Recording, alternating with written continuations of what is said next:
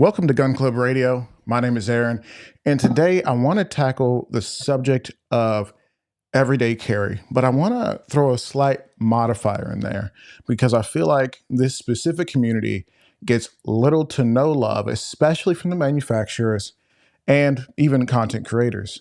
I want to talk about everyday carry, but more for the plus size person, whether you're a man or a woman, but more specifically, with today's guest, we will be kind of leaning more into talking to women. What are some of the things that you need to know to successfully carry in ways that maybe you thought were off limits to you just because of how maybe you see yourself or things that you've been told? Today, we're going to be talking to the amazing Amber, who has been making content focused around concealed carry tips for ladies for a long time. She's been doing a dang good job at it. Welcome to the show, Amber. Hi, thank you for having me. Absolutely. It's my pleasure to have you. Now, let's kind of just dive right into it. Let's talk about some of the tips and techniques that you've discovered and have been teaching and educating your audience on for the past several years. Specifically, I guess let's start with number one. What's, I guess, your the first thing you kind of address when you're talking to your audience about carrying as plus size? Essentially, I like to empower my audience to know that if you are interested in concealed carry, you should also do so with your own style in mind. You shouldn't feel like you have to um, remove things from your closet in order for it to work for your best interests. Okay, yeah. I mean, that's huge because I remember when I first got started, I felt like there were so many things I couldn't wear. Oh man, that shirt's a little too snug. Oh, okay, man, this is not going to work for me. But you're saying that you can overcome that. Maybe can you give me one or two examples of things that you personally had in your closet that you were just like, man, I don't know if I can carry with that. Oh wait, yes, I can. Absolutely. So, for example, I have on this mesh top right now. It's pretty form fitting to the body. But essentially, you would think that I wouldn't be able to conceal carry with this top, but there's a plus to the fact that it has different dimensions to it. It has different colors, different shapes, which distract from where I'm concealed carrying. And I understand that printing is a really big issue with folks in the community, but when you choose bottoms that are a little bit larger or have a high waist, you're able to allow that firearm to rest a little bit more neatly against your body or your frame in the hills and valleys, and you can make it work for yourself. Okay, so essentially, as you're keeping your personal style, this is what I'm hearing. Correct me if there's any misunderstanding. hmm Maybe you can keep that top that's a little bit more form fitting. You don't have to go into, a men's fishing shirt.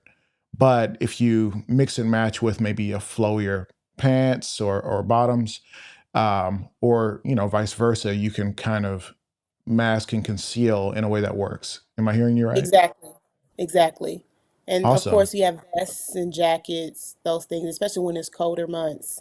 You can definitely use those different accessories to conceal when you're not taking off those layers in day to day.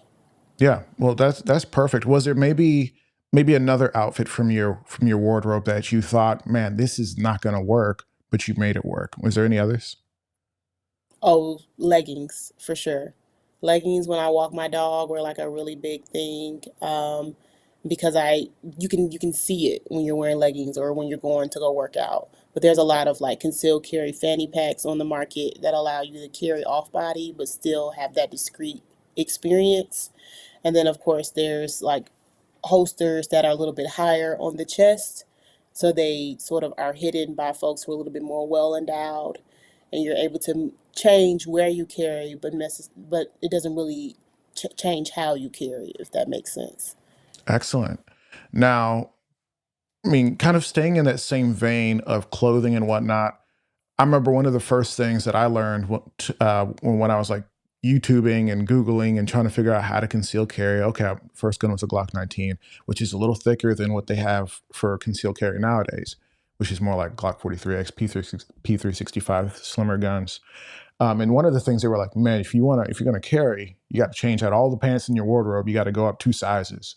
So if I was wearing like a 38, I was going to a 40, and so on and so forth. Size pants and belt loops and all that. Even belts, you're going to have to go up on your belts. Let's talk to even the plus size dude out there, but I think this conversation is a little bit more tailored towards the ladies. Is that still the case? Or, I mean, I assume it is, but what's your input on that? Sizing up definitely helps. And I understand that our favorite brands don't always carry a size larger than what we already wear. And that's a fashion industry issue and not necessarily a gun industry concealed carry fashion issue, but some different modifications is reducing the sizing on the holsters that you choose. So I know a lot of rigs that are on the market at this time, they allow for multiple mags. They're a little bit wider in their circumference. They use a lot more kydex in their thickness, which is great. And they definitely have their durability. But when you're considering the fact that you might be on the larger end of the spectrum for the clothing that you already wear, it's important to sort of pick your battles. That's the best way to put it. Um, and there are a lot of great holster options out there that are a little bit more sleek, and then they also offer a more concealed experience for deep concealed carry, whether you're deciding to carry appendix or 3 o'clock. It really just depends on what type of feel you are going for, and where you are a little bit more blessed on your body. Yeah, well, I've talked to a couple different holster manufacturers, and there's one in particular. People can go back and watch that episode. It was like 3 or 4 episodes ago, where they talked about concealed carry principles, peaks and valleys, where your body kind of extends out and where it kind of dips in, and really putting the gun there. And that takes a little bit of learning and unlearning, but I think if you're looking to properly conceal, that's maybe the best way to do it. But Hmm. let's talk about carry position, because I know you carry an appendix. A lot of ladies either, just depending on where they are in life, whether they've just, had a kid, maybe they don't feel confident and comfortable appendix carrying because they're just not quite comfortable with that. They think, oh man, what I have to carry it off body, or I got to carry in a purse, because they can't carry at 3 o'clock because women are built a little bit more wide at the hips in general. So the gun would definitely show, and it just wouldn't work for them. What's your philosophy for yourself, and maybe what do you generally recommend for the ladies who you interact with or teach or are in your audience? For myself, I justify appendix carry simply for timing. When you get to that stage in your ability to defend yourself, it's always about how much time it takes to get to your firearm. And reaching into a purse takes seconds, and sometimes minutes to undo that zipper. While appendix carry could be something as simple as reaching into your skirt or under your dress or into your jeans to grab your firearm. What I will say is that there are a lot of belly band options that have sort of like a kydex insert for those who have some issues with trigger control, and you can adjust how you dress by wearing that belly band a little bit higher up on your belly area. I personally like the comfort concealment belt for those who like to carry around their chest area. The chest itself is a really good concealment space for those who don't mind wearing a looser blouse and tighter bottoms when they get dressed.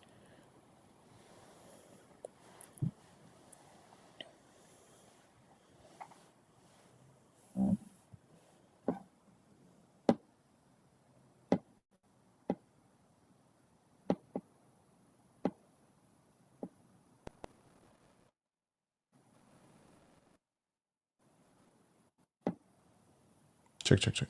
Yeah, sorry about that. So we talked about some of the different carry positions, and that's excellent work. Considering, especially for the ladies, they have a few more options. You can carry it higher, you can carry it lower. A lot of women's pants are high waisted, so you can go deep concealment. Um, And you kind of discussed that, especially with some of the high waisted pants. Now, I've always kind of wondered about deep concealment because it's a little harder to get to the gun, but I suppose you could counter that with some training. What are some tips that you have for, even guys and gals trying to get out there and get better with guns? A lot of people they buy their first gun, they put it by their bedside, they really never touch it again. They put it in a shelf in the closet. They feel, oh man, if something happens, I'll just go to the top shelf and grab it down and I'll protect myself. But if you've ever shot a gun, it's not like that. What are some tips and suggestions that you have for kind of going to that next level or even getting to level one? That's a really good question. I'd say for me, I was the reason why I even started caring, but also making content is because I didn't see anybody that looked like me or was built like me that was making an example of what it looked like to safely conceal their firearm. And essentially, I believe that the concealed carry content creator space is going to start evolving in such a way where folks are going to start showing how they carry with different body types unapologetically.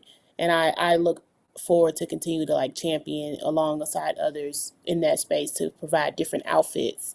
Um, but of course, dry firing is something that is extremely important, but when you're purchasing your first firearm, when you go to a range, you should always shoot it before you buy, especially if you have a range near you that has rental options. And consider how much space you have in the clothes that you already have.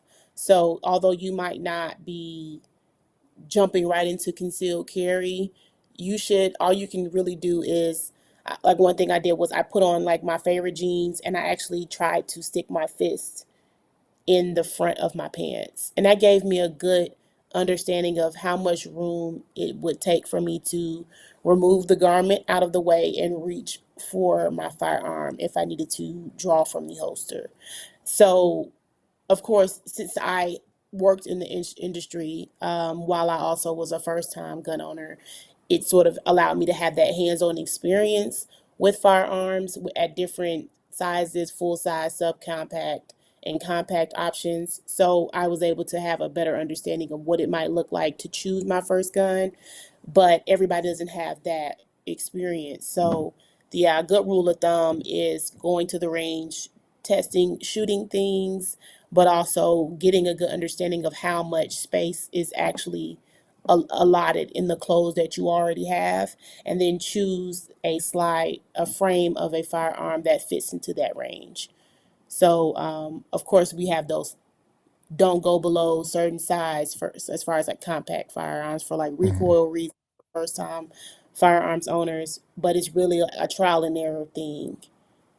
No, absolutely. I 100% agree. And I wish everyone got a chance to shoot all the guns that I've ever shot. When you say like handguns, just so they could really get a good idea of what would really work for them and maybe what they're not really into. Some guns recoil, and they feel like they're punching you in the hand. And some people like that and they're fine with it. And while others are a little softer, but they're, softer shooting rather, but they're much larger handguns and very difficult to conceal, but not impossible if it's wintertime. That said, I suppose even the thought that there are some guns that are better seasonally, like if you want to carry in the summer and you're kind of wearing just kind of a lot of nothing, then maybe a P365 in the original form factor is kind of your best bet. Maybe longer barrel just to kind of give you a little bit more recoil control, but the smaller grip would probably be easier to conceal versus, say, like a Glock 17, which has a massive grip, huge, like thick polymer, everything's just crazy. But that's just a thought. Um, and I know this is like a super frustrating experience for most people. Like whether you're the most petite person or you're in kind of more in the plus side territory, like it's concealed carry's tough. This journey is long. What's some advice that you give people just to help them to kind of get through this? Take your time. Definitely take your time. And I understand that when it pertains to safety, there's no such thing as taking your time with safety. But when you're purchasing a firearm that you cannot return, you definitely should take your time in purchasing things. and talk to people, especially online. I try to make myself available to people who are accessing my content. They come into my DMs, they book consultation calls, and they say things like, "You're built like me. What are you buying?" And then they go out and they buy what I've purchased, and then they wear their holster around the house to get used to it, and they, practice loading their magazines to build up that grip strength, or that magazine loading strength while watching TV. It's really boils down to who is your first mentor, who is your first instructor, and how much empathy they have for your situation. Excellent. Well, thank you so much for kind of walking us through this. If you have any more like major tips you want to share, you can share it now. But also on the back end of that, or if you don't have any additional tips for right now, can you at least let people know how they can reach out to you, especially if they're, maybe wanting some consultation, maybe wanting to get some advice, or just wanting to reach out and follow your work? Yeah, so my personal page is TheAmberGJ, the Amber GJ, and my business page is Gales Futuristic Fire, GAYLES FUTURISTICFIRE. And they're both simultaneously, there's collaborative posts, so you'll never get lost. That's awesome. All right, guys, back to the show. So, Amber, thank you so much for kind of doing that educational piece. And we'll go ahead and clip that out and make it its own video so people can watch it. And of course, make it easy to share for you guys who are watching live. I see there's a few of you watching, but I don't see the watchers, the viewers to like ratio. It's not quite right. So if y'all could just fix that for me, I would feel like y'all actually love me, and I appreciate that. So, but especially because Amber is like, this is past her bedtime, so the fact that she's here right now is a blessing. It's a Don't blessing. tell Let's me I'm a grandma. telling people your personal business. No, it's a sympathy move. You like slide in and be like, oh man, she's really working hard for us. We got to drop a like. We got to drop a super chat. We got to support the show. And DJ Play Nice, I don't know if you know who that is, but he's like the king of like YouTube lives. He's in all the live streams, and he actually just went ahead and posted up your the link to your YouTube channel. I didn't know you did have a YouTube channel. I barely do. Well, now you got to start cross posting because you I actually get paid on do. YouTube. So, and if you could post her Instagram too, that would be amazing if you have time, DJ Play Nice. Just so people can kind of tap into that and go over and just hit follow real quick. Maybe send a quick DM, say, hey, hello, thank you for, the work you're doing. Be encouraging. Because, dude, it's weird. I don't know if you ever felt like this, but like sometimes you feel like you're posting against the wall and there's like not a lot of momentum one day, or you post something you put a lot of work into and there's just like no one saw it and you're just like, man. But then you get a nice DM and it's just like, man, okay, I'll keep going. Absolutely. I've I'm about to say, definitely. is that just me? No, it's not just you. It's not, I think it's really anybody that is deciding to show up online as themselves. Yeah, They for feel that. sure. Hmm. Now, I guess, just kind of getting into the stream portion of the show and kind of going into like a mini interview, just letting you share some of your journey. Because people, maybe they watched this part and they're like, oh, cool. Amber J, she's cool. Or GJ, she's cool. But what, like, you said you worked in the firearms industry, you're showing up as yourself. If they've seen your Instagram, like you're out there, you're bombastic with it, like you are very bold in your presentation. I feel like nothing scares you, which is amazing because we need more people like you. But like, how do we even get here? Like, we're take us to the beginning. Why'd you even touch a gun? What was when was the first time you touched a gun? And want to acknowledge the chat real quick. Hey guys, what's up? Thank you. Go ahead, Amber. And I can't see the chat, but hello, everyone. Um, but I actually let's see, the first time I touched a gun was between like 8 to 10 years old. My dad actually taught me how to shoot in our backyard with a BB gun. And he essentially set up some cans and he taught me the importance of not necessarily gun safety, but like, respecting guns in general. So that was the first time I shot a gun, and at the time I was actually obsessed with Jessie from Toy Story, and Oh, yeah, yeah. Classic. I wanted to be a cowgirl. I wanted to ride horses, and I mean, I was actually in a couple different camps and things of that nature. No hobby horsing for you? As a child, yes, About to say, as yes, a child, that makes sense. I've seen some adult it's hobby horses. very It's a little very weird. expensive. Oh no, To no, hobby no. horse or like Well, equestrian I should stuff? say equestrian stuff. Yes, Okay. yeah. Real quick, Strap House Customs gave you a big love and shout out. Hey Coleman. E. Here we go. And so you said you started as a kid. That was your thing. How in the world did you said you worked in the industry? hmm What are you talking? Was it like 2020? Hey, there's a gun shop opening. I'm gonna just jump in, or like what are we talking about? I I was it was a really stressful day. There's a story. There was a stressful day. I literally Um, went for a run to a local gun range. And then when I walked in, there was no one in there. And this is particular range. They require everyone that comes in to show that they know how to properly handle a firearm. And I had to show that I understood how to properly load and unload a firearm. I went onto the range, and I know the manager is standing next to me, asking me who I am, when did I start shooting, and if I wanted a job. And that next week, I was there working as a sales associate. all right. You And said at the that. time, I Wait, was in grad school. like just off rip, they were just like, "Hey, by the way, we like how you handle guns. Do you want a job?" Which is a red flag. Yes. I don't know if you. I'm not going to say it was.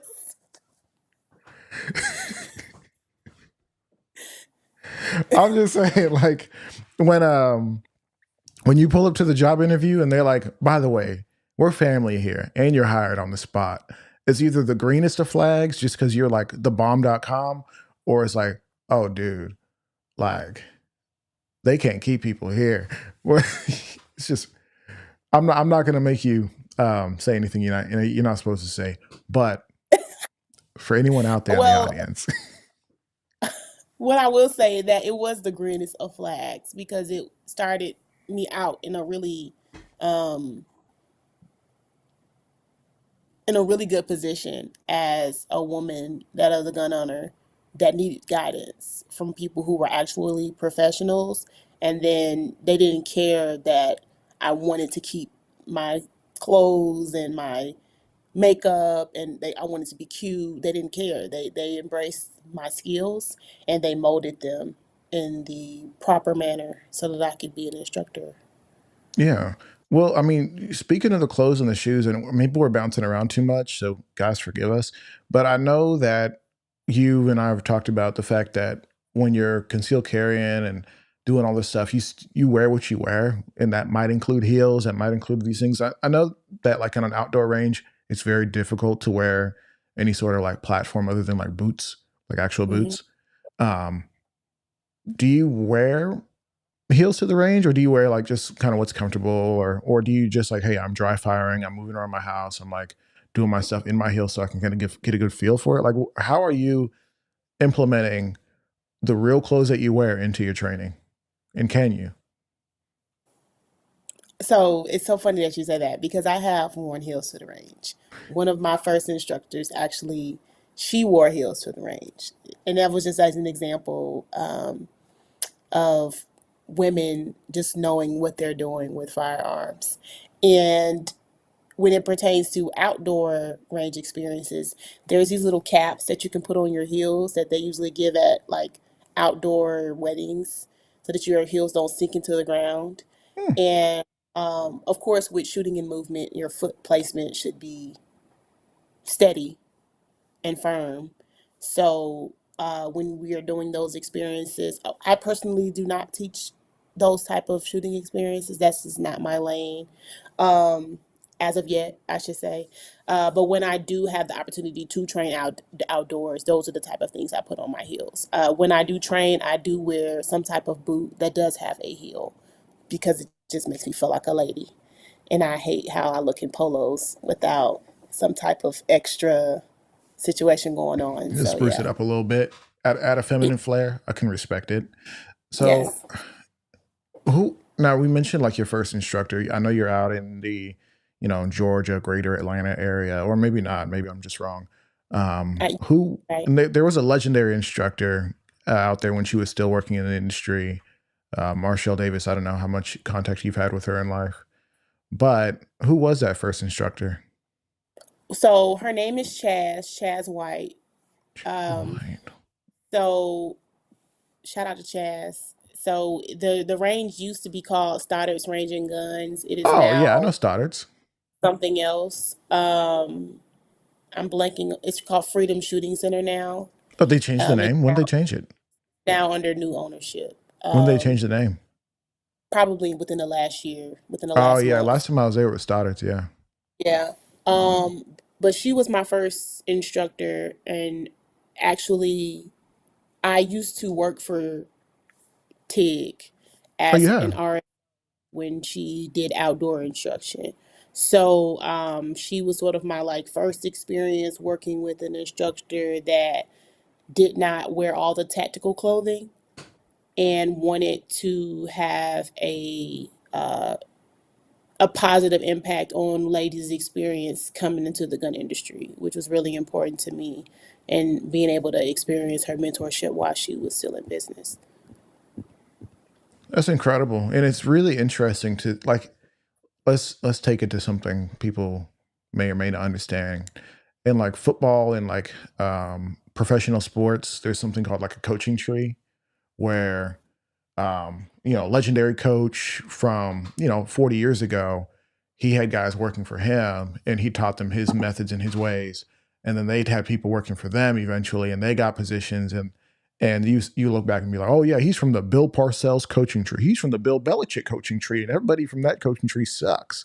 Like he was great, but everybody he taught was like not good, and you wonder why, or this player went to Alabama, in that tree, and it's interesting to see that even in the gun world, that's a thing, where it's like, hey, Amber, whether you like it or not, whether you like her or not, you didn't say anything otherwise.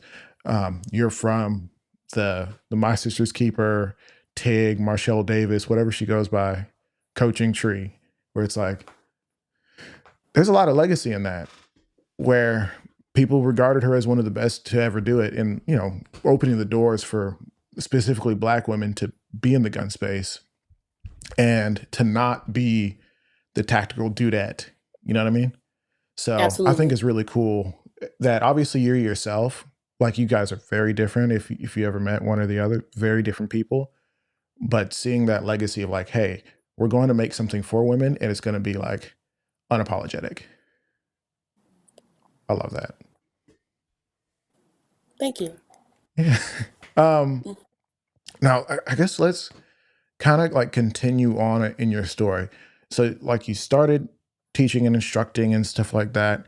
Um, was there ever a moment where you're just like, I don't know if I want to keep doing this? Like this is tough. Did you ever have any like major discouragements in teaching, or has it always been just like you understood what it was and it worked? Well, I guess the best way to put it is I knew that I was called to teach, but I did not know what the subject was going to be. Hmm. And I always tell people that God led me to the gun industry because I was in grad school and I took it up as a part-time job, but I didn't know that I would be in class during my lunch break, and then I would be excited to end class to go teach a handgun safety course. So it's something that sort of came to me. Yeah. So yeah. So you've always kind of like recognized the blessing that it is, and it's not never been like a man, like, The but the biggest issue that I've had is others recognizing my talent and creating barriers for me to be able to host classes. I've heard and seen stuff like that happen, and it's not just to you, like to a lot of people. And I don't know. I think it's like the gun world, like the industry part of things, especially like local in person stuff, is a little bit dog eat dog, like way more competitive than it should be. Like, are you familiar with the homie Fab Firearms or Des Johnson? Yes, we're not So, related. I know who she you is. know, I didn't it didn't even cross my mind, but it makes sense that you would say that because last name's XYZ. But she even like she's in a completely different state over in Arkansas. Um, but she was talking about like, yeah, you know, I'm trying to do this and this and this, and people are like trying to box you out. They're like, oh, we don't want you at our range anymore because not because you did anything dangerous, but you're like taking business. Yeah. Um, Absolutely. it's Yeah. like, what the heck? Can you share any stories like that? Obviously, you don't have to say names unless you want to, then say names. But can you share any stories where you did come against like real roadblocks and you had to like find a new range or like not talk to people that you would have preferred to keep a working relationship with? Yeah. Let me see. Let me choose my favorite one. Oh man, there's more than one. um, I think my favorite one is that I came out the gate and I had a class that was about 18 people that were interested in taking my like second ever class, and I needed a co-instructor, and there was miscommunication with the manager at the range and an instructor at the range, and it was essentially um, explained to the owner that I was pretending to be affiliated with an instructor who had a partnership with that range, which was not the case. Um, and Wow. essentially, that instructor took it upon themselves to uh, email me and about 10 other people. And I'm probably exaggerating on the number, but it was enough people CC'd for it to be feel like I was being bullied. Um, Essentially saying cease and desist, you can't use this space. Um, it was very unkind. Like a conversation could have been had. It was clearly a misunderstanding. And obviously, the manager who had no longer worked there did not understand my relationship with the range itself and had booked it as if I was affiliated with the instructor who was in partnership with that range. So, That's frustrating. man, so I had to give 21 people their money back. Oh my gosh, no. And Yep. it's hard to fill out a class. Like hmm people don't get that. Be like, oh, there's a No. class. Okay, we'll go. No, Yeah. like I've seen like really like high pedigree, well known instructors who are getting ready to travel had to cancel classes because well, they couldn't get it filled out. They had like three people show up or about to show up, and that's not generally worth the travel time. You know what I mean? So hmm not that those people aren't worth the education, but like let dollars and cents. Let's make sense. If it makes dollars, it makes sense. But no, Yeah. like getting back to like your thing, like you had a class filled out. It would have brought people to the range. It would have got people, looking to maybe buy if they hadn't already bought. People now have a greater attachment to that range because they learned with you and all that gone. Literally 20 Yeah. plus people gone because And then, misunderstanding. Let's not even try to right. figure it out. hmm Wow. And like, and this is right after I got my certification. So there had been a build up from people being interested in learning from me, and I wanted to make sure that I had all my okay, Hmm. cross my T's and dotted my I's. Ducks in a row. So there, so it was not, it wasn't just. So I only teach 6 people at a time when I do my groups.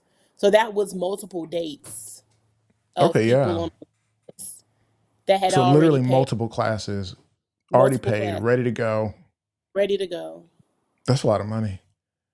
Yeah. Golly, I would have been And I tight. wasn't, and that was back in the time when I was literally getting phone calls from women who were professionals, and they were like, You need to raise your prices. I'm coming to you for your birthday, for my birthday. Where are we going? That's Yeah. incredible. That's incredible. No,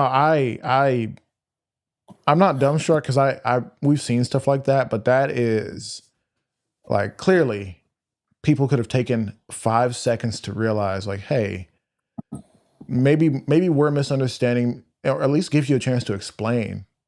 But it sounds like whatever they heard, whatever chance they gave you to explain, they had already kind of made up their mind.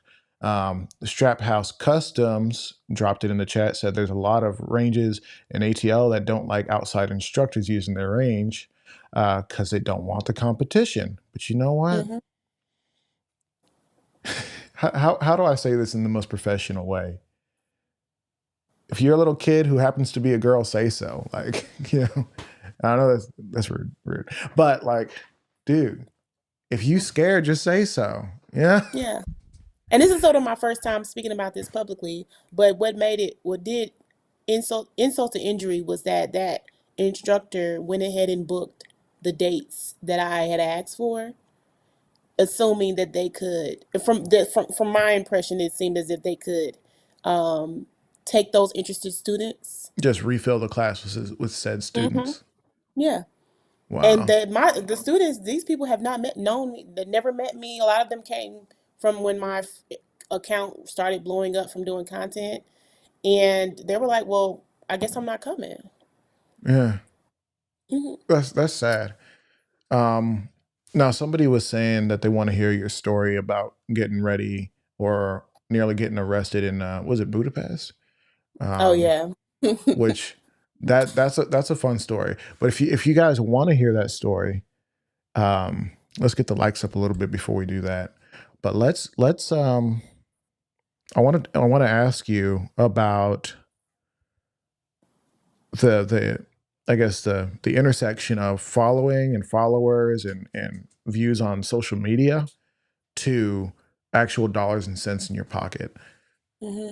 For a lot of people, they can't get those two things to connect. They make all these content, they go viral a few times, they get a million views here, a million views there, but that does not equal like any sort of monetary gain, services sold, businesses built, none of that. Like it does not connect. How has that been for you?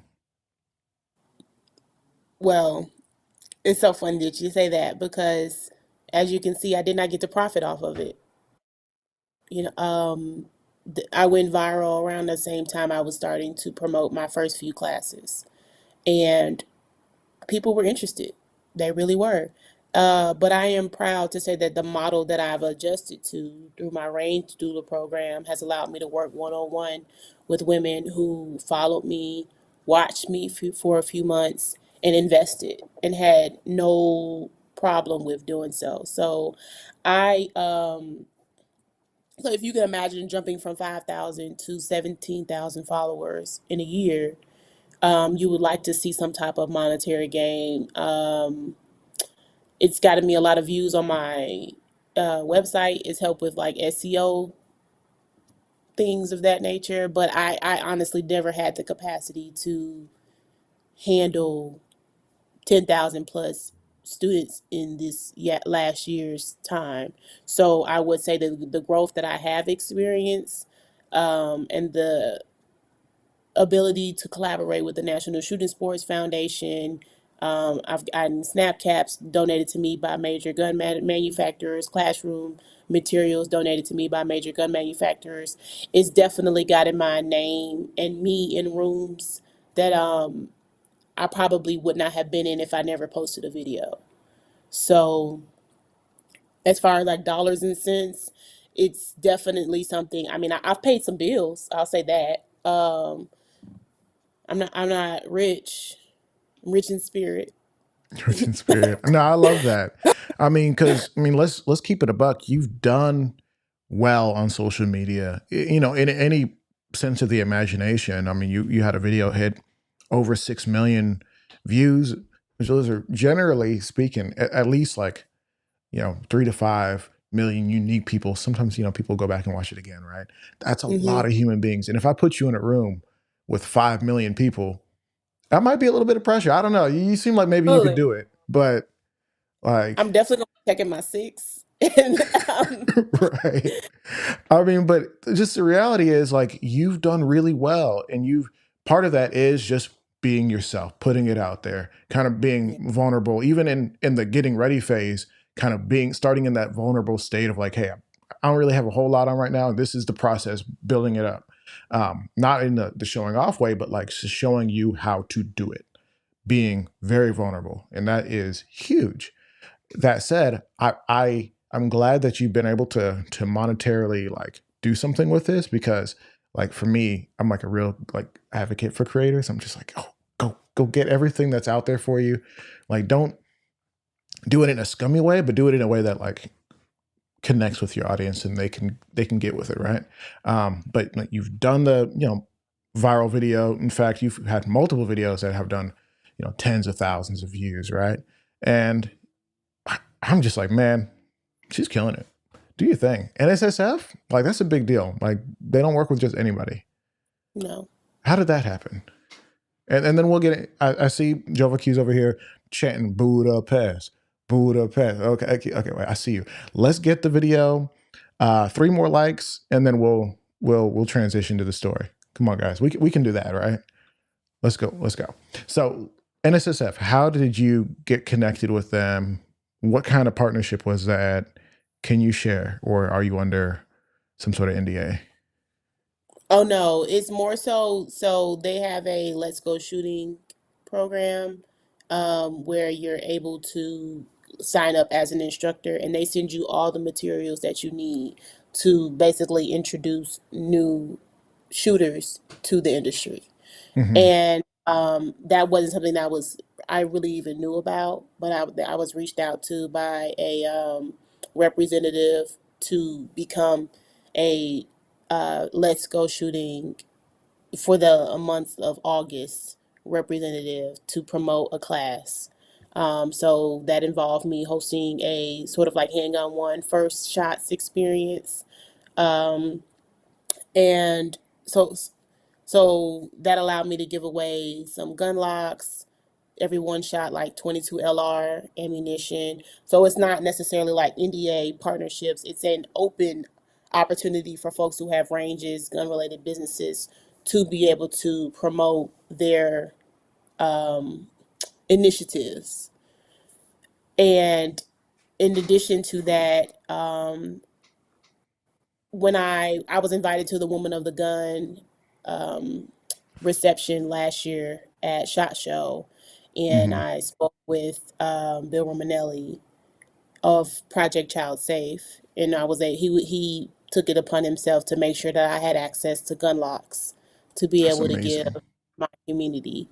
So those they're Listen, just really cool that's so initiatives. cool, Yeah, they're really cool dude. initiatives that most folks, when they get into the industry, they don't know anything about. Especially as an instructor, you're funding the ammo, you're funding the targets, and when I let them know like these are the things that I need, and they were like, okay, well these are the programs that we have. What's your address? What type of classes are you willing to host? And the resources were sent to me. So yeah. Dude, I'm blown away because the crazy thing about like the space, is sometimes we want to do things as like independent creators, but at the end of the day, there are a lot of resources designed to help you. When I say the independent creators, you're more than a creator, you're an instructor, you're a teacher, a mentor, one-on-one, everything. Um, dude, Siege Talks is here. She just said the nicest thing. So I will interrupt myself to allow Siege to share. I really like her content. It's always informative and she keeps it cute. I love that. Siege is amazing, by the way. She everything. So Yeah, I follow her. of course, of course. Staple in this gun space. So Yeah. Strap House also has more questions, but we'll come back to him. I'm just really happy to see that you were able to utilize some of the not just utilize the resources, but like get connected with people who they see you, they're like, hey, let's reach out, see if she'll do something. And I don't even think gun locks are like that good. Like I don't think they help most people. But the fact that we're out there, we're giving things to people, we're putting it in people's hands, we're introducing them to the concept of safety. And I think I'm going to have to do a dedicated show on safety products that actually work, and even the ones that maybe they're more like entry level, like, Yeah. you know, like gun locks, those are like very entry level. That said, I'm really glad that you were able to put that out there in the world. Like, hey, have you ever even considered that this gun lock could be helpful, especially if you've got 3 guns, one of them's in your little lockbox, and 2 of them are just sitting on a shelf somewhere. If you don't plan on using that, go put a lock on it, because your kid's going to find that, and we're going to have a problem. Yeah. You can't come back from that. So, And I think that it helped with my education background. Being a student, you always advocating for yourself. Like I went to yeah. school essentially for free. And that involved me sending emails, writing scholarship essays. And if I Hmm. meet the right person, okay, you're in charge of this, I'm going to email you and I'm going to say, hey, we met and we talked about this. And I'm always going to drop, I was the black girl you talked to that likes guns. And That's amazing. like, and they remember. So that's the benefit of being sort of me in this space. So That's super cool. I love that. I love that you get out there. I'll probably have to ask you about some of the events, but Strap House was asking one of those like big philosophical questions, because he's a deep dude, like deep down. Y'all should have heard the conversation that we had after the conversation. Like just I was talking, it got deep. I really appreciated it. He said, "How do you motivate yourself to post as much as you do? How do you think it contributes to your success? Because you do post a lot." And that was like my biggest Achilles heel of like, oh, what am I going to do? And then I changed my mindset and it started working. What about you? Like, how did you get to the point where you're posting pretty consistently? And like, does it take everything out of you? it's weird because I was going through like a really big weight fluctuation when I started making content and I felt the need to throw everything away. But I actually started working with loosely with a content strategist. Her name is Terry. We actually went to elementary school together and we No. reconnected. And you can find her Terry the Supernova, but she's like really dynamic in her thinking. Um, Terri, and she essentially helped me apply all the barriers that I had already put up for myself about why I couldn't post, as far as like Instagram being anti-gun and a whole bunch of gun-related content creators saying that their stuff was getting flagged. And she was like, "Well, I think you can do this without your stuff getting flagged," Really? which is how I was able to continue to post. Um, she really, really pushed me to post daily, as often as possible, to share what I know, what I knew, and also just be myself. And she used to do these like content challenges, where essentially it forced me to post on my business page and my personal page, do collaborative posts. And as far as like motivating myself, I talked to my nephew. He's like 2 or 3 years younger than me. Like every morning, he calls, and he's one of my biggest motivations of staying on my path. Hmm. And essentially, sometimes he'll see me like liking something. He'll see me in the likes for something, or he'll see me posting somebody else's stuff, and he'll be like, "You posting their stuff, but you're not posting yours." And I'd be like, "Ooh." Okay, nephew, I see. Oh, okay. So he got me in the Yeah. habit of consuming less content and actually posting what I actually know, and not getting so bogged down by, okay, I don't have, because regardless of me having like a lot of followers, it's still very nerve wracking to put the camera on and Hmm. create something and it actually be authentic. Like Yeah. I was so like, for one thing, it's a lot of stuff I do not post. Like if I'm not feeling it, it's not getting posted. It's just not.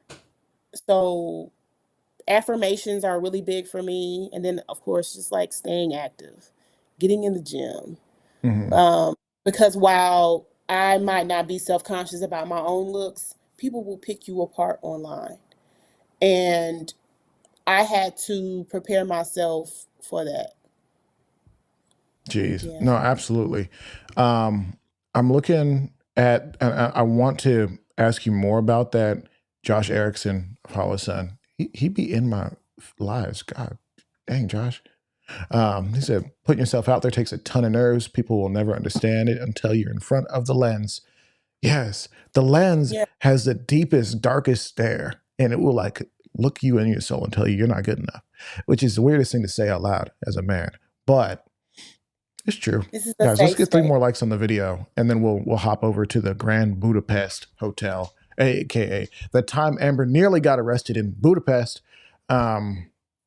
How the heck did that happen? What did you do to not get arrested? Apparently, you talked yourself out of it. But talking about don't we're not there yet. I noticed that you had posted, and the reason I know about that is because I was going Hmm. through some of your content, and I was like, oh, this is like kind of get to know me real, and I've never thought about doing that because I'm like, I'm not that interesting, but you are clearly. Um, Gosh, the camera's out of focus again. Here we go. And I was like, I get like not get ready with me, but like I kind of get to know me. Like these are some random facts about me. I was just like, that's genius. Super easy, very simple. Just think of some things that are somewhat interesting. Like, what the heck? Where, do you get some of those concepts from her, or is it just like your content strategies, or is this like, hey, these are some trends that are doing okay, or this is I just came up with it? I think that was one of the assignments that we had. Like we had to introduce ourselves to our audience. Yeah, Um, that's a good idea. and I was in Denver at the time. I didn't have any firearms with me. Um, I wasn't even. I don't know. I think we were like about to go to church, and I decided to record my outfit. And then something just told me you need to make this content. Like it was really just supposed to go on my story as a way to show off my outfit for church. And I ended up just putting words over it, and it took off. No, I love that, and I see. And why didn't I realize this?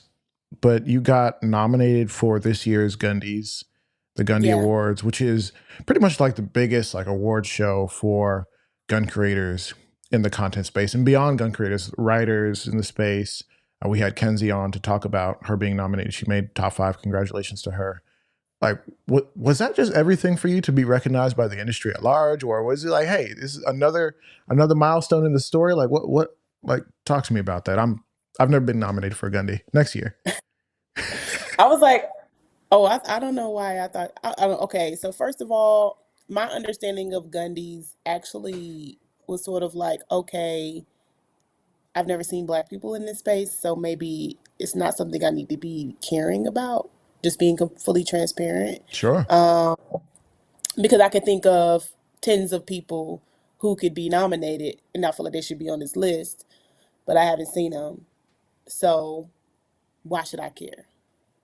Um, and actually, somebody reached out to me asking me if I'd heard of it.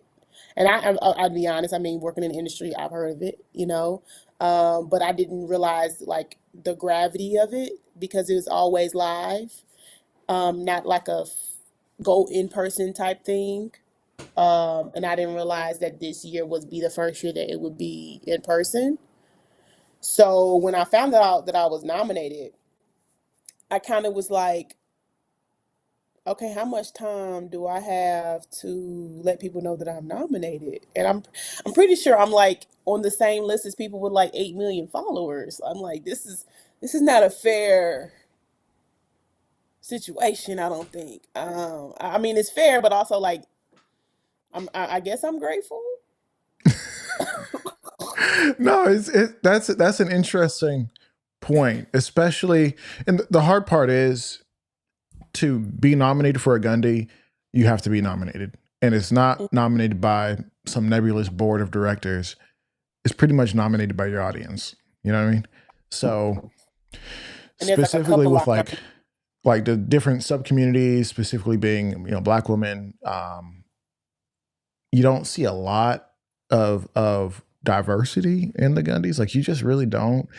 And it's part of that's our fault because if we nominated content creators who are worthy of the nomination, they would be there. You know what I mean? Like I'm not saying me, but like I'm not nominated because people did not. I'm not going to nominate myself. Like, and I'm not going to be like, hey, go nominate. I don't care.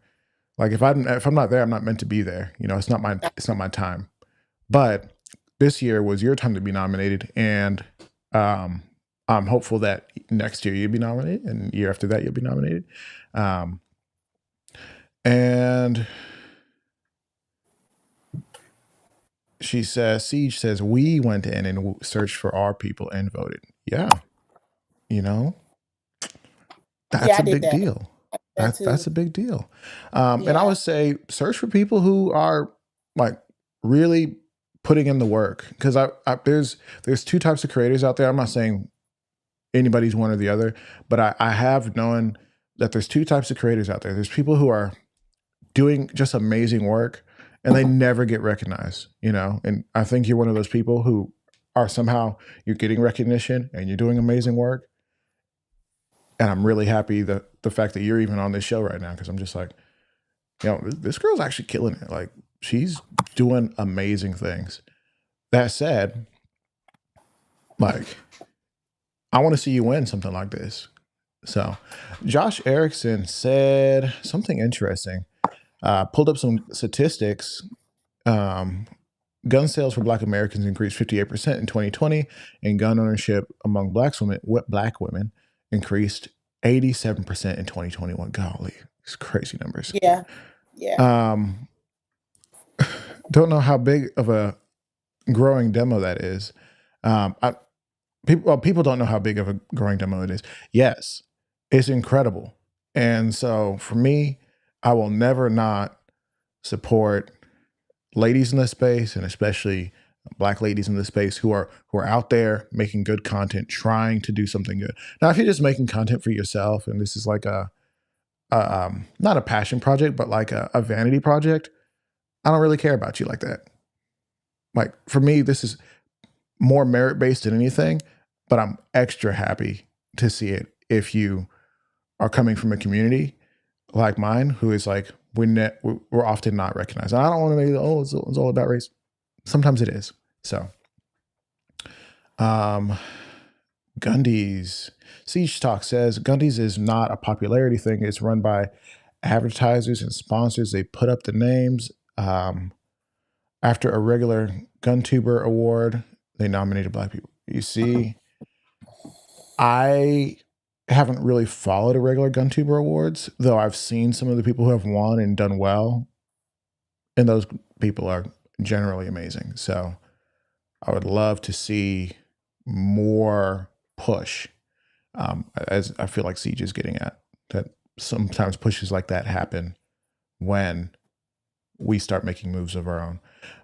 Black women are the largest group of new gun owners and buyers, and now we need to get them all trained. Yes, that's why Amber's here.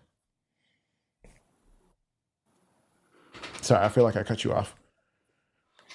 I was gonna say, yeah, I agree with the sentiments addressed in the comments, and it's one of I think it's a mix of convincing already existing thought leaders in the industry who look like us to get online and share, and then also ensure that folks who have the means to say your name in those rooms or put your name on the list to do so Hmm. and support your content versus you see a lot of um, emulating happening where folks sort of see what smaller creators are doing.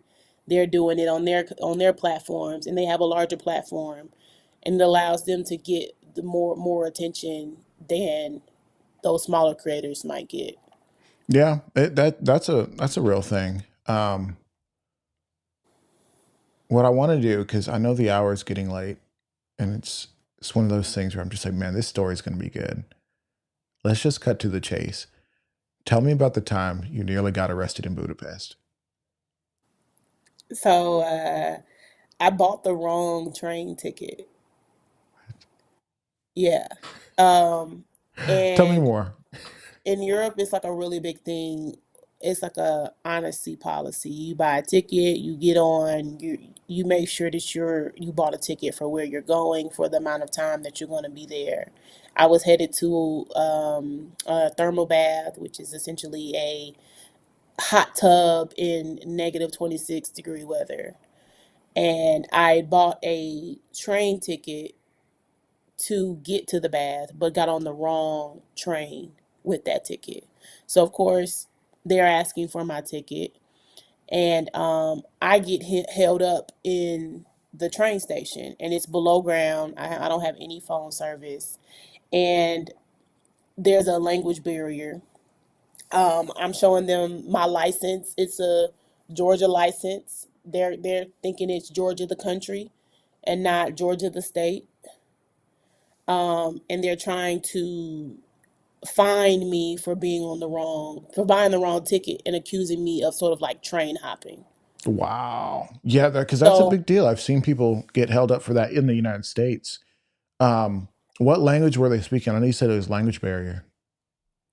I was in Budapest. I was visiting. I can't tell you what the language they were She speaking. said no idea. I She said no idea. at the time, so it's so funny. At the time, I was in school in Germany, so I do speak a bit of German, and I was essentially trying to use that as a way to let them know, like, I can speak a language, but it might not be what you were expecting me to speak, and I'm trying. I don't live here, and I need you to give me some grace. So we're having this sort of like broken German English conversation, and there's one officer who actually speaks a bit of English, and another officer who is speaking to them in a native language that they only understand other than myself. And my arm is grabbed, like come, and Oh, there's essentially there's this like whatever he said is like come with us, and I'm just like, look, I actually don't know where I am right now. I have friends I'm supposed to be meeting up with, and quite literally, since I was meeting up with friends who had taken the same route, they were also essentially at the top of the steps waiting on me to come off of the train and come upstairs. And after it took too long, the friend that I was visiting the country with, she ended up coming down the steps to see if I had arrived or if there was an issue. So she found me because I'm like trying to text, like, look, I'm actually in the train station. So like there's a train, you get off the train and you go up steps and then you like make this big right turn to go to the thermal bath. So they're standing outside of the thermal bath waiting on me to come off of the train. They know I'm on the way. But I had essentially taken the wrong train, had to ride back. So these officers had been watching me on one train, getting to another train and getting off, and were essentially trying to catch me in a lie when I essentially just had bought the wrong train ticket. And of course, now in Europe, this is 2016. In Europe, there's these translations on the ticket systems, but yeah. depending on where you are, the further you are away from like the city center, there's less things that are translated. It's not as clear as hopping on, just buying a ticket and going. It's more so like Yeah. different options and how long you're going to be on that train. So my friend ends up coming, and she ends up like doing like a Google Translator situation, and they read her phone. It was a very calm situation, but you could tell that they were annoyed with the fact that I did not speak the language. And they ended up allowing me to buy another ticket, the correct ticket, and they let me go. But they actually they fined me. And I gave them the reason why it became like an issue of like come with me is because I had shown them my driver's license, which is in the state of Georgia, not Yeah. the country of Georgia, and they would have had to mail the fine to my house. So, and I'm not even I'm 20 at the time. So I'm like, how Jeez. you gonna this is 2016, and I'm like, how you gonna mail me a ticket when it's you don't have to ship it overseas, and the ticket's gonna pay for itself by the time you ship it overseas. So I never got that ticket. And I actually like avoided Budapest for about like 3 years. Yeah, I can see that. Um, yeah. Just kind of lay low for a little bit.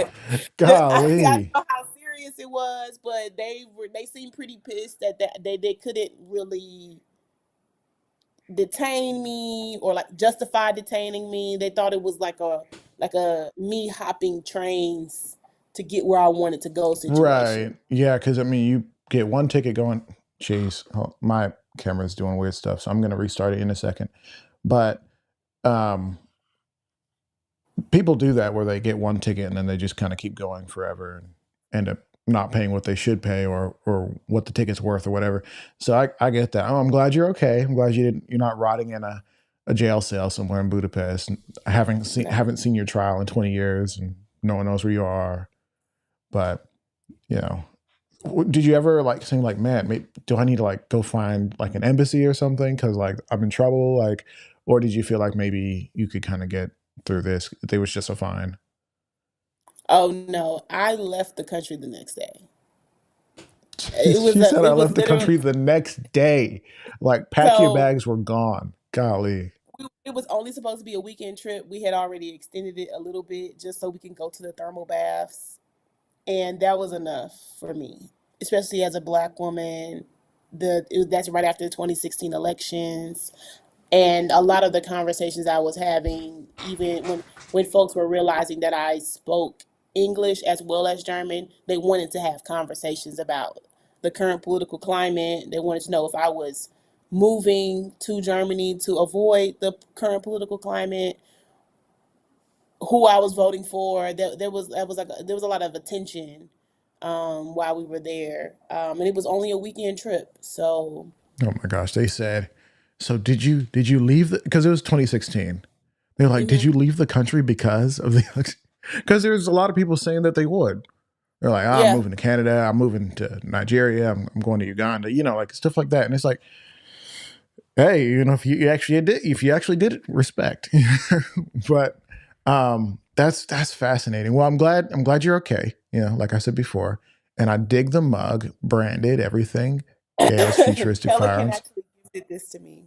They sent it to you, Yeah, they engraved it and everything. like Pelican Case or a different company. Same company, but it's called Pelican Hydration. So the cases has a actual hydration brand. Tell me the story. And while you're telling me the story, I'm going to reset my camera. The hydration brand about Pelican? You said they sent it to you. Did you just like Yeah. custom Oh order it yeah. or what? I I met their rep at SHOT Show. Um, and that was like, I guess SHOT Show 2023. No, 2024. SHOT Show 2024. I'm getting feedback. Can y'all hear feedback in the chat? Okay. Okay.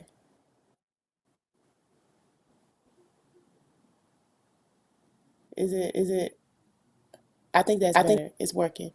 Okay. Okay. So, January 2024, you can imagine that's around the same time the Stanley Cup craze was going on. So, all the companies that had some type of item that looked like a Stanley Cup was trying to get their products in folks' hands. And Okay. Someone said we have feedback.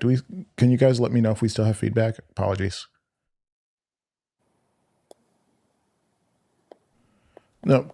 So this was like a big marketing push and you happen to be in the right place at the right time. yeah, That's awesome. I'm so happy for yeah. you. So That's just so cool. they made these mugs for me. I have them in like two colors, and they look like Stanley Cups. They're not. They won't get you sick. Nice. I love it. Yeah. That's This awesome. is not bad. No, that's good stuff. Okay. Now they're saying everything's clear. Hey, Marty C. Diesel Outdoors. I don't know if I've seen you before here, but welcome to the He's a show. part of Hood. Oh, that's our next guy? Yeah. Oh, I've met him one time at least. Then I gotta check you out then. Um, and then going back to your story for the Germany, Jova Q was saying he was asking what part of Germany did you visit? So I was living in Berlin. It's a neighborhood called Kreuzberg. Kreuzberg. I've heard of that. Jova Q said when traveling abroad, always have the local embassy, State Department contact info. I suppose that counts for everybody, but you now because you're back. Unless you plan on doing some more traveling, which you seem like the type to do some traveling. No, I And love then traveling. big traveler. What's the last Yeah. place you traveled to? This year, Denver, Colorado. Got to see a photo. Internationally, Puerto Vallarta, Mexico, for a family Christmas trip. Dude, we were supposed to go to Mexico this year. We don't travel a lot because I'm busy doing this, but I'm just kidding. We just don't travel a ton. But my buddy was getting married. I think he was like in Cancun or something like that, and it wasn't too much to go, but the timing was just terrible, and we had family members in the hospital and passing away, and it just like was like I think we should stay home. But it's one of those things. What's what's the craziest place you visited, and why is it Japan? It's actually not Japan. Um, Crazy as it sounds like, I don't know, maybe Amsterdam. And that's just simply because we got an Airbnb. It was like a literal we met these guys. And they were like, let's go to Amsterdam. We'll get the Airbnb. Y'all just While you show were in up. Germany? Yes. We were all like study abroad students. But yeah. So they're like, let's go to Amsterdam. And we went for 48 hours. Um, got an Airbnb. The Airbnb they got was like at the top of it was on in the red light district in a 4 flight building, and there were like very very narrow staircases, and we essentially didn't even really see those guys the entire trip. We probably went, I can't confirm or deny where they were, but they invited That's us. wild. He said, "I did." Brody didn't come up for air. Like, where did you go? They invited us. We partied. We went to different museums. We went on like we met the manager at like the Heineken Museum, and they gave us like this behind the scenes experience. Like they gave us tickets to go. It was like a really random thing. Yeah, Yeah, I would say that would be the craziest because of the things I saw. So yeah. I bet. Um, Going back to the traveling thing, Hmm. um, Jova Q replying to DJ Play Nice is like, "Hey, DJ Play Nice was like, I carry 2 passports, I carry 2 this, I carry 2, like photocopies of everything just in case, because people be pickpocketing depending on where you are in the world. Like it's bad. Like you'll lose stuff you should never lose. But Yeah. he was saying nice, and he admitted to on Joe Biden's internet, talking about I always had payoff money just in case. Come on, bro, don't say that online. So the thing about it is, when we were traveling to Budapest, I mentioned I was studying abroad. So like a lot of times most of the time we would have to report to our school that we were studying abroad with, that we were leaving for the weekend, where we were Hmm. going, like what we were doing. So like there were tickets, we had insurance, but they specifically told us like leave your passports in wherever you're staying. And that was so I actually did bring my gun safe with me while I was traveling, but of course I didn't carry To any guns Germany? any. No, I'm about to say like how No, I just used it as like a fire safe lo- smart. safe experience, because we weren't using hotels or anything. We were using Airbnbs, and it was a way for me to like lock up my personal items. So if somebody even tried to steal something, it would just be a hard time for them to get to it. So like I No, that's always kept smart. copies. but they wanted to see my actual. They didn't want to see a passport. They wanted to see my passport and my identification for where I was staying. So once they realized I was a United States citizen, and there was more of a with my friend coming to intervene, and she's like, "Look, we're study abroad students." They kind of realized they couldn't do much. Um, Study abroad students are like, extremely protected. Yeah, well, I mean, that's just one of those things where it's like if you go to a country, like just the concept of it is if a foreign student comes to your country and something bad happens to them, like that's just bad. Like it's like the worst thing that could happen. Obviously, if you like go Yeah, kill a man, you know, what are you going to do with that? But yeah. like, oh, dude got hemmed up because of what? Something small? Chill. Now, have you been to Japan yet? Because Joviki was talking about they're living in 2,225. Not even 2050.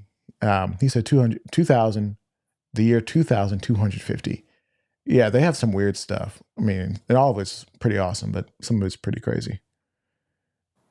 Is Japan on your list, or are you Japan, just not? Pardon? Japan is on my list. I just happened to be in Germany because I was doing research on Black social justice movements abroad, and Germany just Abroad. happened abroad. Yeah, And I guess now I abroad got to hear is about like that because I know you're in your PhD program, and this has been kind of like an ongoing thing where you're a learner. You know, what did Germany have to do with Black social justice movements? so to really summarize it, there is a poet. Her name is Audre Lorde. At the time, my undergraduate degree is in women's studies, and I was doing research on Black activists, expats, and their experiences abroad. So, like a lot of um, Black activists, like Audre Lorde, went abroad to be professors, but also receive sort of like medical treatment because it was more advanced. But while she was there, she worked in like a classroom space and started worked alongside the Black German women's movement to share the messaging of feminism. Um, there's this space called Each One Teach One is Iyoto. It was a space for Black Germans to learn more about their people, connect them with um, their biological fathers who might have been the partners of their moms during World War II. It's a long history. So I essentially became a Black German ally while I was there, talking to different communities about community building, building community gardens, racism in Germany, things of that nature. So that is sort Fascinating. of like the start of a lot of things. So like imagine yeah, James Baldwin did a lot of his work in Germany as well. So Germany ended up becoming like this hub for like a home away from home. And Berlin, Kreuzberg happened to be sort of those spaces that that allowed or offered opportunities for Black German folks and African American folks to commune, talk about various social justice experiences, and I became really fascinated in that. And then when you look at like the different archives, notes, and things of that nature, guns do come up. Hmm. Um, so yeah, No, that's sort of like I think that's fascinating. Trying to figure out who the guy was because I was just reading or watching this video from this guy who does like historical military comment not commentary but tells stories of like soldiers and whatnot from like the previous generations like World War II and whatnot. And there was this guy, the was it Black Swallow of Death, Eugene Bullard.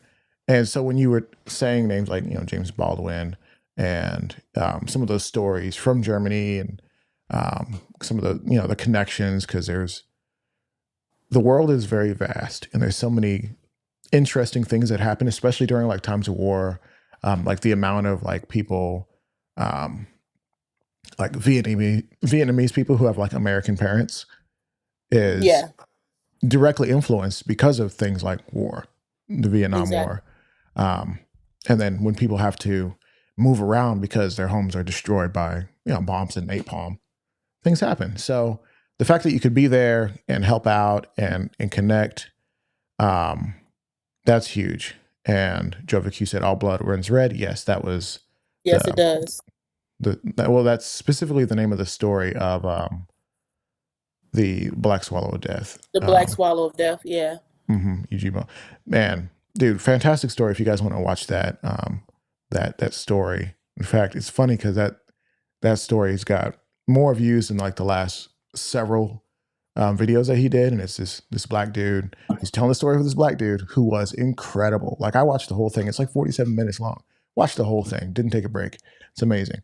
Um, and Marty C was giving you your flowers, saying fascinating life at such a young age. Are you even 30 yet? Are we the same No, age? Yeah, about no. to say you were 20 in 28. 2016. Yeah, so I'm just a little bit older than you, but age is a funny thing.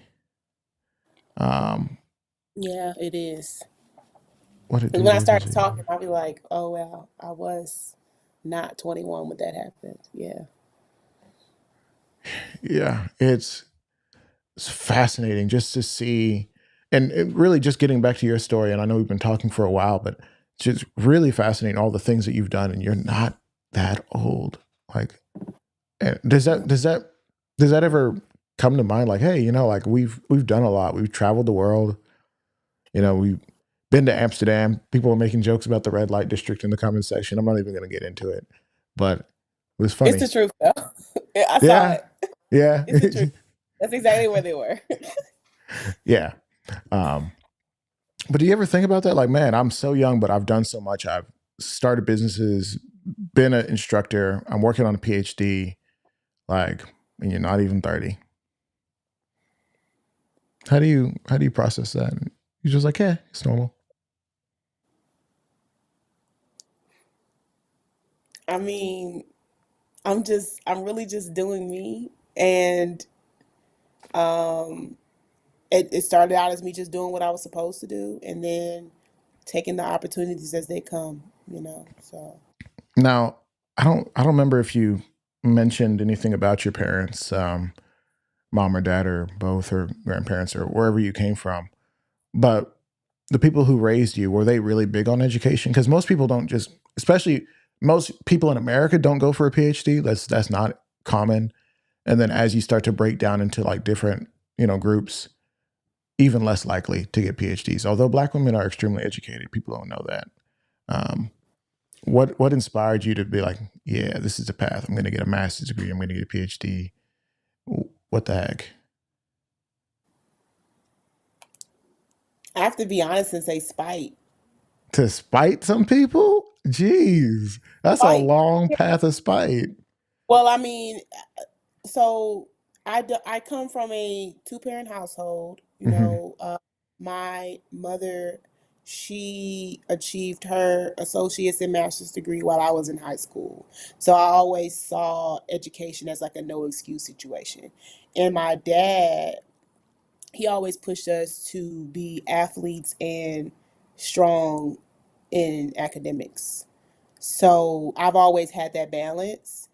And when it pertains to going beyond, so I had some behavioral things from middle school to high school. So it wasn't really in the cards for me when it, like when you think when you can ask like old teachers like, yeah, she was brilliant, but college, it's like I was told, yeah, you have the GPA, but you don't have the attitude, So essentially. let me dive into the behavioral things, right? And I know that's kind of probably a weird topic to talk about as an adult, Mhm, but mhm. as somebody who's deep in your education, you understand like there's some significance to some of that. Like I've worked in schools and with kids in the social service system. I worked with a lot of people. Currently I work with adults and kids with special needs. And then if I ever do security, I work with adults who act like they have special needs, but they're just drunk. So who knows? That said, as you know, middle school or 7th, 8th grade going into high school, like were you getting into fights or were you just kind of like defiant and just like, okay, I'm smart enough to handle the material, but I'm bored? Or were you just running with the wrong crowd? Like what was it that had people honestly believing that you would never really achieve that, you know, if you got a job at fast food and you kept it, that would be an accomplishment.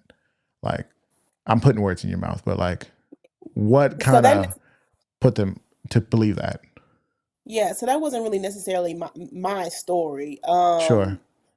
But I was a gifted child.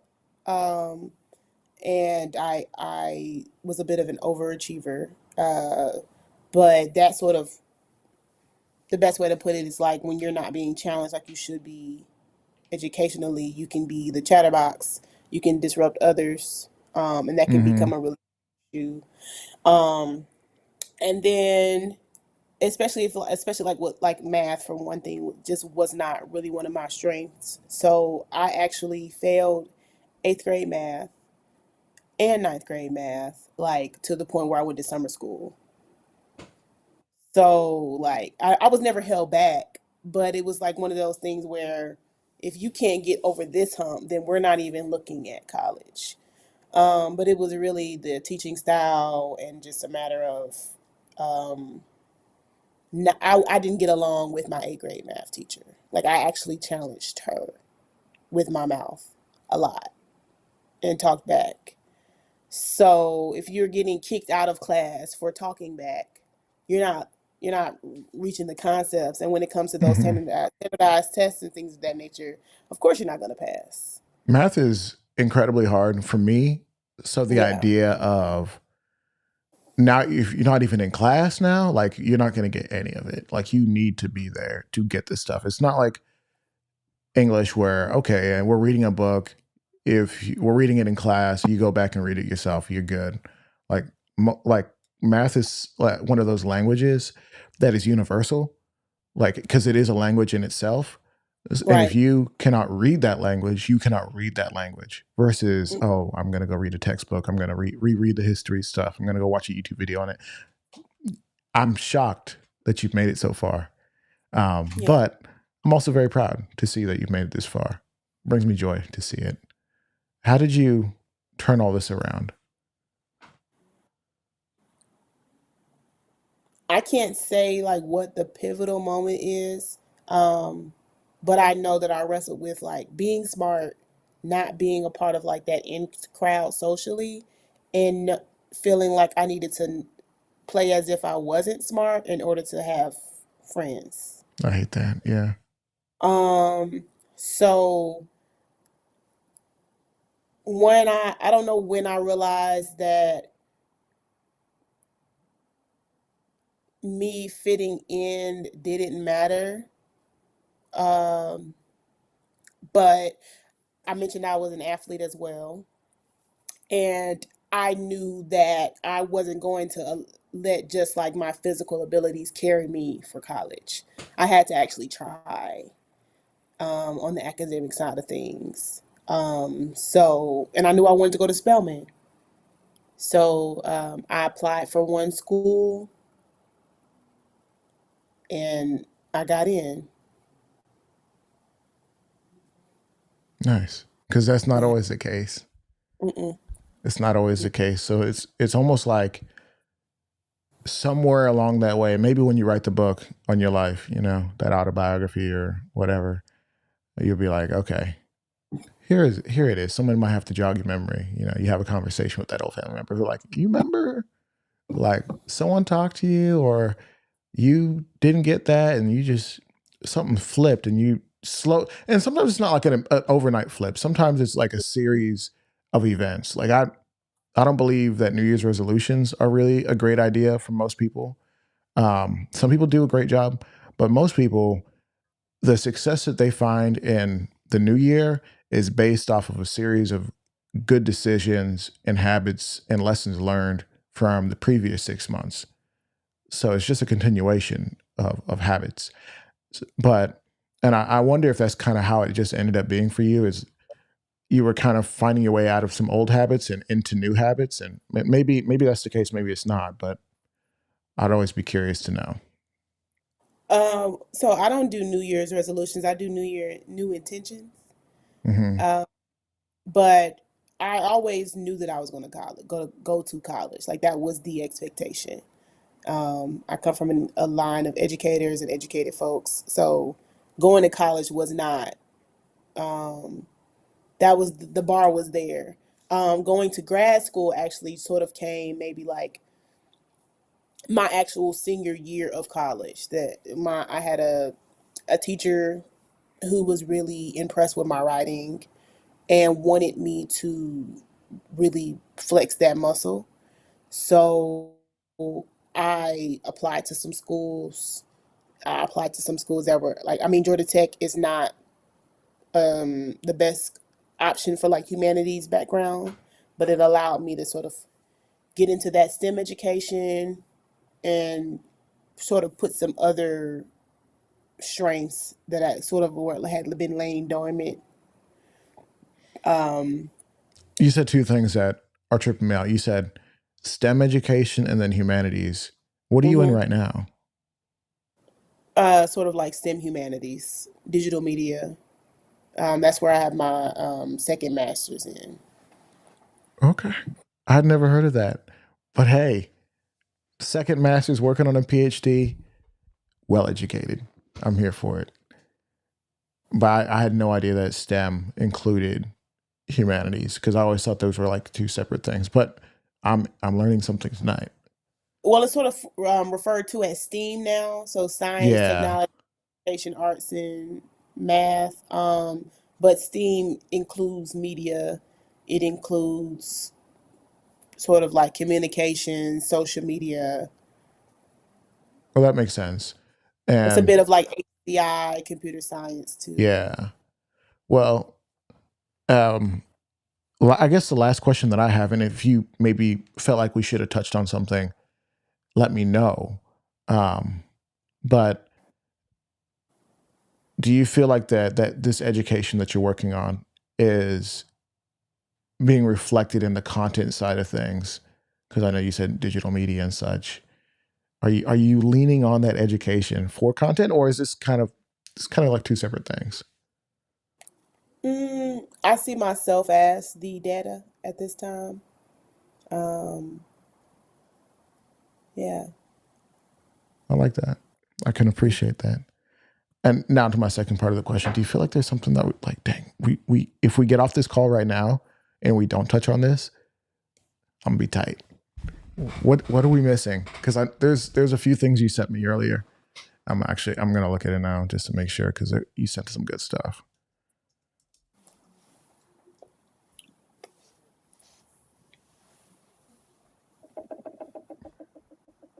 Golly, these people have been blowing up the chat. What I'm really happy about Bless you. is the wealth of knowledge. Like I don't. There's many times I feel like I'm talking about certain concepts, especially about the things, the intersections of my own research, and there. I feel like I'm speaking into a void. So it's really cool that you, as a host, have at least heard of, Black German experiences. And then we have folks in the chat who are mentioning James Baldwin and All Blood Runs Red. And the commentary is definitely um, uplifting. That's the Well, best way to I'm put it. I'm glad to see it too. And sometimes you never really know where people are, but it seems like for generally the people who watch and listen to the show are somewhat well read, I guess. And obviously, And we I all have more reading to do, but I appreciate it because there's so much conversation that is lost, and like knowledge. For instance, this is gonna sound like I'm making it about me. This year, I lost two grandparents. One was like my dad's stepmom. and the other one was my mother's actual mom. And just thinking about it, there's so many stories that will leave this planet when you do. So many experiences, so many things that happened. Where were you when this happened? Where were you when, the 9/11 happened? Some people weren't even born, and they will never really have a feel of what that was like. And if we never talked about it and shared these things, we shared the stories of, James Baldwin and so on and so forth, that stuff would be gone forever. So the idea that when you can mention a name like that, and everybody's like, oh yeah, this guy, and kind of understand some of those experiences and the things that you specifically went to study, I think it's just amazing. So thank you for being willing to share those things. So I know it's not directly connected to like the gun thing, but just you as a person, I think we need to know. I I'm just will looking over some say, of these questions. Go ahead. one thing that I'd like to add is the meaning behind the business name, Gale's Futuristic Fire. Yes. So I believe in the concept of Sankova, where we look forward and we reach back to share knowledge, to bring others with us, um, but also like share what we've learned. But a large part of that is the connection that we have with our ancestors. There are stories that we hear about them. There are experiences that we share with them before they pass over that make up the fiber of who we are as living beings. And Gail is the name of my paternal father's mother. She was a beautiful woman, and I am named after her. My middle name is Gail, and her mother was named Ravella, and um, she owned one of the first black-owned hair salons in Atlanta. So hair is like a really big thing for me, and her husband owned a paper company. Well, sort of ran a paper recycling company, and they would get up early in the morning. And if you came, this is a story that was passed down to me by cousins of mine who were old enough to be there and experience this, right? And I learned this when I first started going into the gun industry. But these are things I just did not know.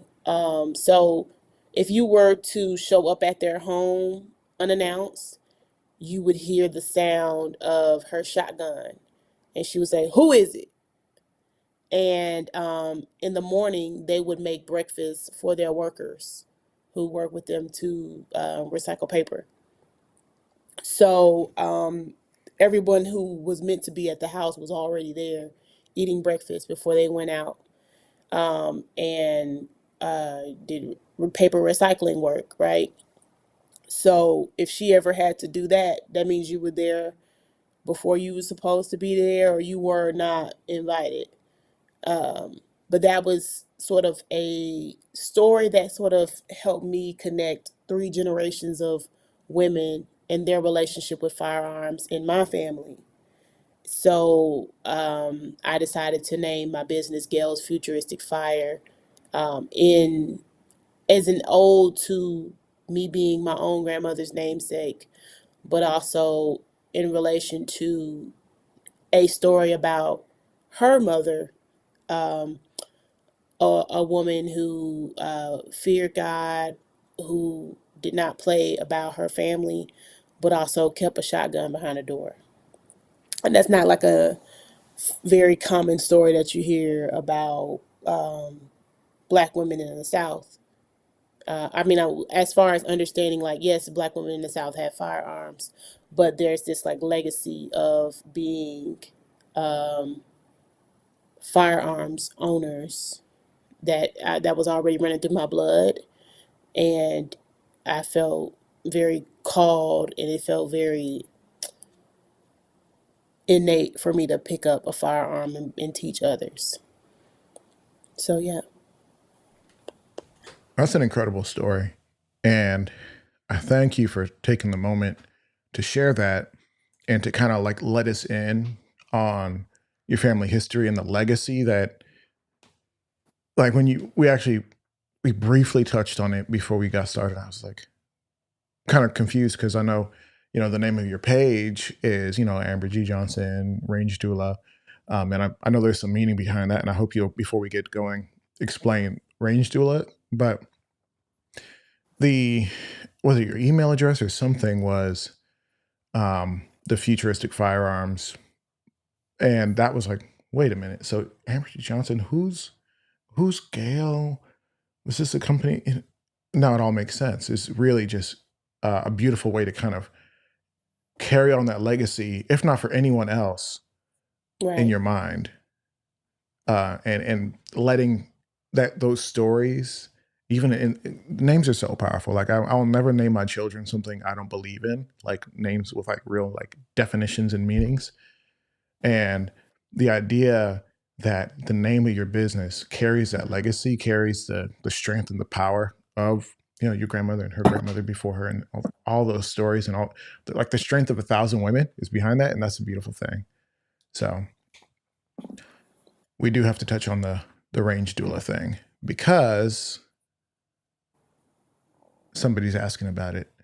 Can we touch on that briefly before we go?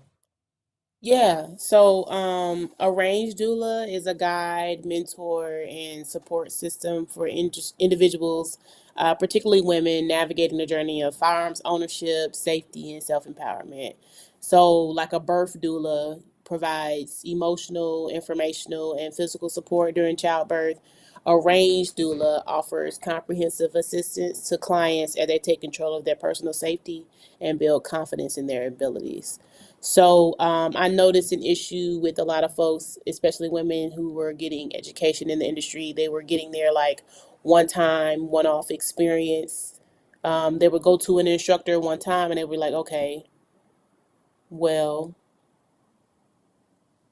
I'm not proficient. What's next?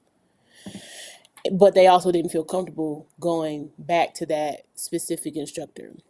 And that's a recurring theme um, with the clients that come to me. They've had an intro to handgun class. They've had an intro to firearms class. Range doula, Doula. So they let me know. Look, I had a class. I don't know anything, and I'd be like, well, let Mm-hmm. me show me what you do know. And you see trigger discipline issues. You see anticipation issues. They're shaking. There's things that I can already run a diagnostic that whoever taught you before me did not handle you with care. Mm-hmm. And God put it on my heart to launch a program called the Range Doula Program, which is a 4-week intensive for women to experience one-on-one experiences with me. So there's Zoom classes, there's 4 on the range experiences. They get a range bag with like customized gear inside of it. So that's eye protection, ear protection, targets, snap caps, 50 rounds of ammo. The range bag itself is branded.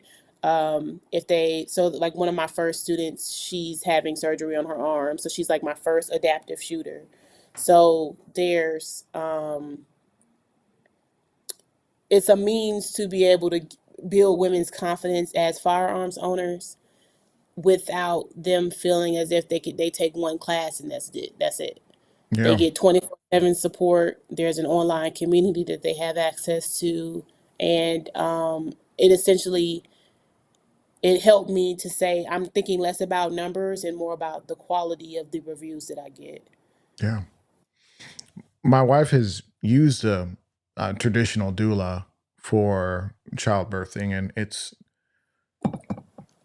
really helpful even in the lead up to things where the months as you find out you're pregnant, or in this case you find out you would like to go shooting maybe for the first time, but you have no idea what to do. um it's helpful to get that pre-education, and then to go and have somebody who's really going to hold your hand through the process, and not in the sense that you're going to like remove the empowerment, but give them what they need. And that's huge to me. So I love that. Um, the idea that here's can I that shake that people get after they the first time they ever shoot a gun, like Mm-hmm. first like 5 shots or whatever, or even first shot, and you see their hands just doing the little looks like they have Parkinson's. And you're like, Mm-hmm. dude, what's going on with your hands? Mm-hmm. And then you remember the first time you shot a gun. You're like, oh yeah, I remember this. And you like it's all that adrenaline because this is like scary almost, and all the adrenaline just goes to their body and their hands are shaking and they don't know what to do. I've experienced that twice in like the last 24 months or so, where I don't take people to the range much, but when I do, I'm like, oh man, look at that, your hands are shaking.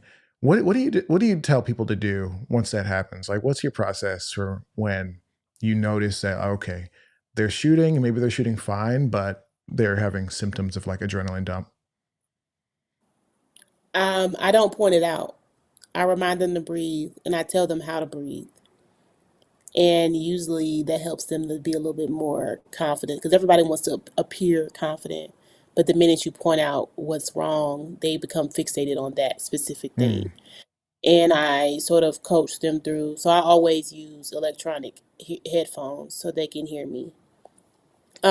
And I always huge. coach them through breathing through the nose and out through the mouth, breathing through the nose and giving me a slow and steady trigger squeeze as they are exhaling from the mouth. And then they think less about anticipation and the recoil, and they are focusing more on the shot. So, and I do yoga, so it's like a more so like a mindfulness technique. That makes sense. And I definitely appreciate that. Um, Guns in Water said, "Leave the gun, take the cannoli." I have no idea what that means, but maybe I'm just not cultured like that. Was that from a movie? Um, Either way, Amber, this was a really good conversation. Obviously, if you ever want to come back, you just say the word. You ever trying to promote something, let me know. We'll get you on. But guys, um, make sure we show Godfather. I guess it's time for me to finally go watch Godfather. Um, let Gail, not Gail, excuse me, Amber Gail You can call me Johnson. Gail. You see, it's all the same, right? It Please really is all the same. let our excellent guest slash co-host, because you stayed for the whole thing, so you officially a co-host now. You can tell all your friends it's cool. Um, Okay. let her know that you enjoyed this conversation, and of course, please go follow her. I know there's a handful of you guys here right now. If we could, I'm gonna go back and see if I can't find the link. DJ Play Nice If I put can that, get 50 huh? followers on YouTube before my birthday, I'll start posting. When's your birthday? My birthday When? is January 16th. Oh, geez. Now we got a thing to do now. How many YouTube Oh my accounts do God, I I need to just make? looked. Tell me how many accounts. No, but seriously, I highly encourage anyone who's making content, like, get a YouTube channel going. Because first of all, Instagram be terrorizing folks. And I know YouTube can be bad and they've taken down some people's stuff, but got to diversify your stock. YouTube.com/@ the Amber GJ. Go check her out, please. Make sure you are supporting the people who support us, and that includes the guest co-hosts, people who jump in the show. Can you just kind of let people know, other than the YouTube channel, where to kind of find you, support you if they want to book a class session, consult, or whatever? 3, 2, 1, go. So you can follow me, my personal page at the Amber GJ, TheAmberGJ, and you can find my business page at Gales Futuristic Fire, GaylesFuturisticFire. In both bios, there is a stand store link that should link you to my USCCA profile if you'd like to see reviews related directly to my USCCA related classes. Um, my range doula program is also linked there in addition to my one-on-one consultation calls. I have a concealed carry fashion ebook that is there available for purchase as well. And all affiliate links are there too. Excellent. Well, guys, right now I'm seeing if we're looking at the same, is it Becoming with Amber GJ or is it somebody Yeah, else? So, yeah, that's me becoming with the Amber GJ. Becoming with the Amber GJ. Go blow up that YouTube channel. Like if you're here right now, just go ahead, hop out, go over to YouTube, hit the subscribe button, and then do me a solid. I never ask for anything. I lie. I ask for things all the time. Go and like share it with like 3 friends. You got a group chat, just drop it in the group chat, say like, hey, we're trying to blow up this YouTube channel. Let's get it to 100 subscribers. You know, that kind of thing. You know, obviously 500 would be ideal, but if we can get it 500 to is 100, crazy. if you get to 500 subscribers, like we have something from Holosun, they sent me a DM during the show and they're like, here's some stuff to give away. If you get to 500 subscribers before your birthday, because of, you know, the efforts of these good people, I will just go ahead and give something away on your behalf. That said, we'll talk about all these things. There's some optics that are coming out that are not announced yet. We'll give one of those away. It's in the mail. You see, my Don't mouth is just open. I'm about to say, like, you're catching flies. Chill out. Let's blow it up. Anyways, we'll follow up. I need to do a live stream to talk about some of these stuff that we're doing. How do we end this? I don't even know how to end this. Just Are we ending it? I'm just kidding. I guess. All right, guys, this has been fun. Thank you so much for watching, listening, wherever you are. Go blow up her YouTube channel. Peace.